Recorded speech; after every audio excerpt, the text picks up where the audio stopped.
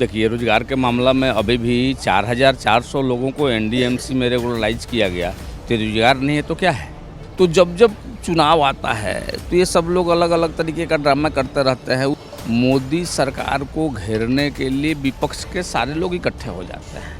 तो मोदी सरकार जो है वो कंप्लीट इस देश के नौजवानों के लिए, गरीबों के लिए, किसानों के लिए, माताओं बहनों के लिए, गरीब गुरबा के लिए, वंचित शोषित पीड़ित समाज के लिए कंप्लीट समर्पित सरकार है। और इस सरकार तो आज जब ये उद्घाटन हो रही है तो इसमें विरोध का मतलब क्या है? नमस्कार, आप देख रहे हैं सौगंध टीवी और मैं हूं आपके साथ आस्था तिवारी। जिस तरीके से अभी दिल्ली के 9 साल में जो कामयाबी को लेकर के तमाम बातें बीजेपी के नेताओं ने प्रेस कॉन्फ्रेंस करके की है, इसी पर हमारे साथ बात करने के लिए बीजेपी नेता दिनेश प्रताप जी हमारे साथ में हैं। सर, जिस तरीके से बताया गया कि दिल्ली को लेकर के 1.5 लाख करोड़ से भी ज़्यादा की योजनाएं दी गई हैं, लेकिन अगर धरातल की बात की जाए तो उसमें कहीं ना कहीं कमी देखने को लगती है। क्या कहेंगे? धरातल में क्या कमी दिख रही है आपको? धरातल में प्रगति मैदान का टनल नहीं दिख रहा है, बसंत कुंज में जो टनल बन रहा है वो नहीं दिख रहा है, धरातल में जो केंद्र सरकार ने डीटीसी बसें दिया वो नहीं दिख रहा है। और क्या कमी दिख रहा है आपको, बताइए? देखिए, लगातार जब हम ज़मीनी स्तर पर जाते हैं और लोगों से बात करते हैं तो ये बात होती है कि रोज़गार के मुद्दे को कोई भी नहीं उठाता है। हर पार्टियां आती हैं लेकिन रोज़गार का मुद्दा वहीं का वहीं टिका है। देखिए, रोज़गार के मामला में अभी भी 4,400 लोगों को एनडीएमसी में रेगुलराइज किया गया। तो रोज़गार नहीं है तो क्या है? तो अभी केंद्र सरकार ने उसको किया है, एनडीएमसी में 4,400 लोगों को रेगुलराइज किया है, उनको परमानेंट जॉब दिया है जो मास्टर रोल पर थे। लगातार दिल्ली के जंतर मंतर पर की अगर बात की जाए तो वहाँ पर कुछ युवा भी आए थे और उन्होंने ये तमाम बातें उठाई कि रेलवे की भर्तियों को लेकर के कि उनको जो है 2019 में जो पास आउट किया उसके बाद भी उनको भर्तियाँ नहीं मिली। देखिए, ये प्रायोजित ढंग से मोदी सरकार को घेरने के लिए विपक्ष के सारे लोग इकट्ठे हो जाते हैं। तो कोई न कोई स्लोगन, कोई न कोई मुद्दा, अभी दिल्ली के मुख्यमंत्री जी सभी तरफ पूरे घूम रहे हैं, भ्रमण कर रहे हैं। तो जब जब वो संकट में आते हैं तो दिल्ली छोड़ करके इधर उधर भ्रमण करने लगते हैं, कोई न कोई उलूर जुलूर मुद्दा उठाते रहते हैं।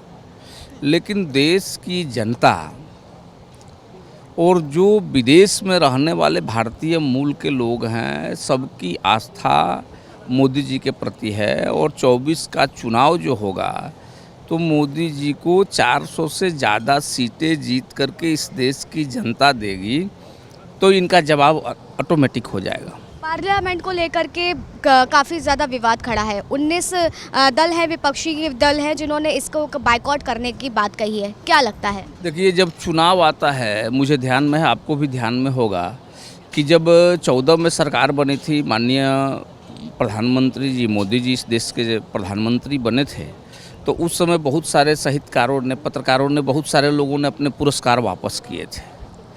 तो जब जब चुनाव आता है तो ये सब लोग अलग अलग तरीके का ड्रामा करते रहते हैं। उस पार्लियामेंट में ऐसा नहीं है कि फर्स्ट टाइम कोई उद्घाटन हो रहा है, उसके पहले भी बहुत सारी चीज़ों का निर्माण हुआ, उसका उद्घाटन हुआ, कभी नेहरू जी ने किया, तत्कालीन प्रधानमंत्री जी ने किया।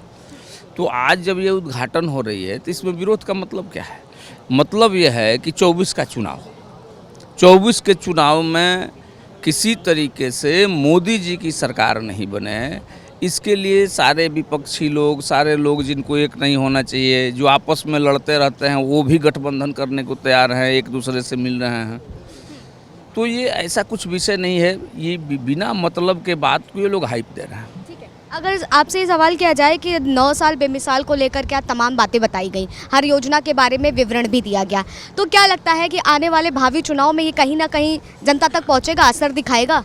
ना, ये 9 साल बेमिसाल, आप दिल्ली से बाहर निकलिए, दिल्ली में जा कर के पूछिए, उन लोगों से पूछिए जिनको शौचालय मिला है, उन लोगों से पूछिए जिनकी आंखें लाल हो जाती थी धुआं से, जिनको रसोई बनाने के लिए जिनको गैस सिलेंडर और चूल्हे मिले हैं, उन लोगों से पूछिए जिनके खाते में डायरेक्ट बीच में कहीं कोई बिचौलिया नहीं है, उन किसानों से पूछिए जिनके खाते में पैसे चले जाते हैं, उन लोगों से पूछिए जिनको सीधे तौर पर जनधन के माध्यम से लाभ मिला, उन लोगों से जाकर के दिल्ली में पूछिए जिसको रेडी पटरी चलाने वाले हैं, जिनको 10,000 रुपये का लोन सरकार के तरफ से मिला, तो वो लोग बताएंगे ना कि लाभ है कि नहीं है।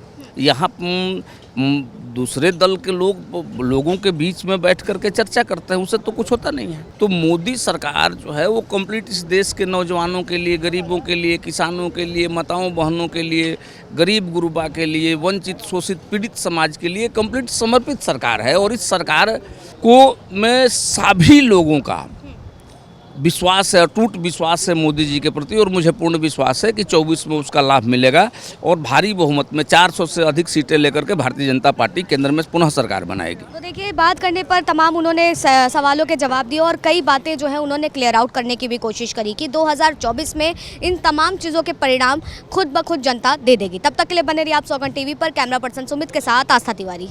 आप देख रहे हैं सौगंध टीवी, सौगंध वतन की।